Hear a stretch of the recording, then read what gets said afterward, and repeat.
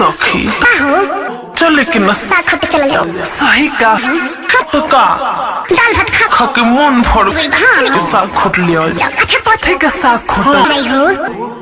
अरे जल्दी के मिल जाए बढ़िया साग लेके आओ जी बथुआ के पाल के जान मिल जा तो खा ले चलो चलो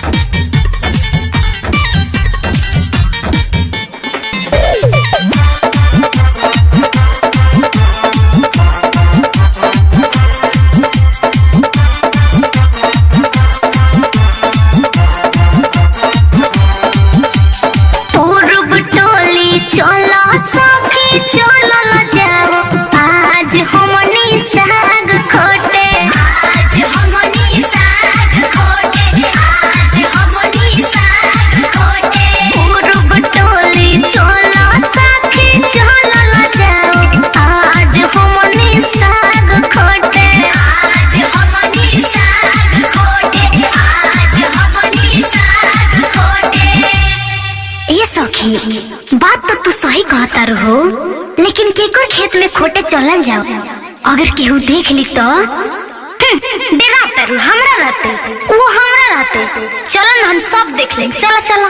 आ कहत रू केकरा खेत में तो लहसुन सुनाओ जे कर खेत में हरा पत्ता होई मोटे मोटे ओकर में चला सखी साग खोटे ओकर में चला सखी साग खोटे ओकर में चला सखी साग खोटे जे कर खेत में हरा पत्ता होई मोटे मोटे ओकर में चला सखी साग खोटे ओकर में चला सखी साग खोटे अरे सखी हो ना देखो ओहिरा के खेतवा में कितना साग भइल बा एकदम हरियरे हरियरे साग भइल बा आ चना के आ बथुआ के आ पालक के चलो चलो वही खेतों में सखी अरे सालक भैया हम न देखो तारा खेतों में माल आई बाड़ी सा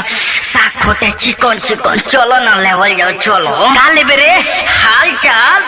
अरे हाल चाल ना आज सफा इनके सबक सिखाते एक बार रुक ना रुक बताओ तनी हो दे बाबू ए सखी हो ना देखो मुंगरवा आवता देखो देखो देखो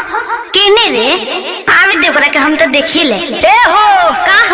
का करो तारू अखिया तार फुटल बका साग न खोटत तने लोकत नहीं खे ए एक तो चोरी ऊपर से सीना चोरी अरे रजवा धर धर धर धर पतर की धर धर धर धर धर धर ए एने मत ही बुझला डोंट टच माय बॉडी ओके ओहो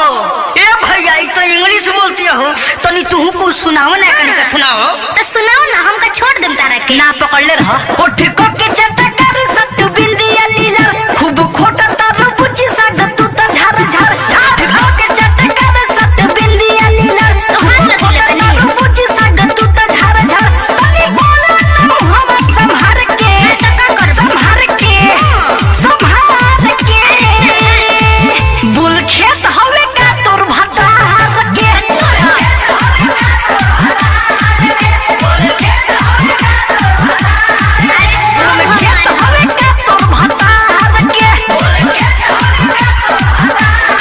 अरे कोरिया था ई हमर भतार के नई खेतार दीदिया के बा खोटे दना काहे ऊपर पड़त रहे बोला ना ए ज्यादा बतिया तर तू हाँ तो हम ज्यादा बतिएबे करिले लहसुन खोटनी नाही एको मुठा इतना तू सुनइबे का खोटनी नाही एको मुठा इतना तू सुनइबे का सारा के सारा सगिया अपन दीदिए के खियोइबे का सारा के सारा सगिया अपन दीदिए के खियोइबे का सारा के सारा सगिया अपन दीदिए के खियोइबे का हमरा नाही पता रहे इतना ते बतियोइबे का सारा के सारा सगिया अपन दीदिए के खियोइबे का सारा के सारा सगिया अपन अरे चोटी हमार बहन के जे कुछ कहबू न त तारा झोटा लसार लसार के मारो ठीक न ताली दोनों तरफ से बाजला जैसे कहतनी उसे करो त सा खोटे देब बुझलू कथी करी बोला ना बोला ढेर दिन से पूछी भइल नहीं के भेट हो कथी रे? हमारा जवानिया के कोदाय अपडेट हो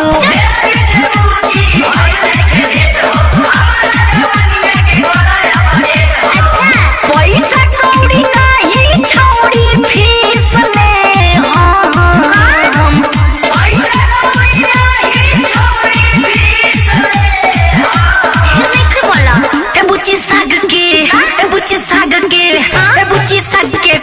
खोटाई में किस ले हमें बुझी साके खोटाई में किस ले हमें बुझी साके खोटाई में।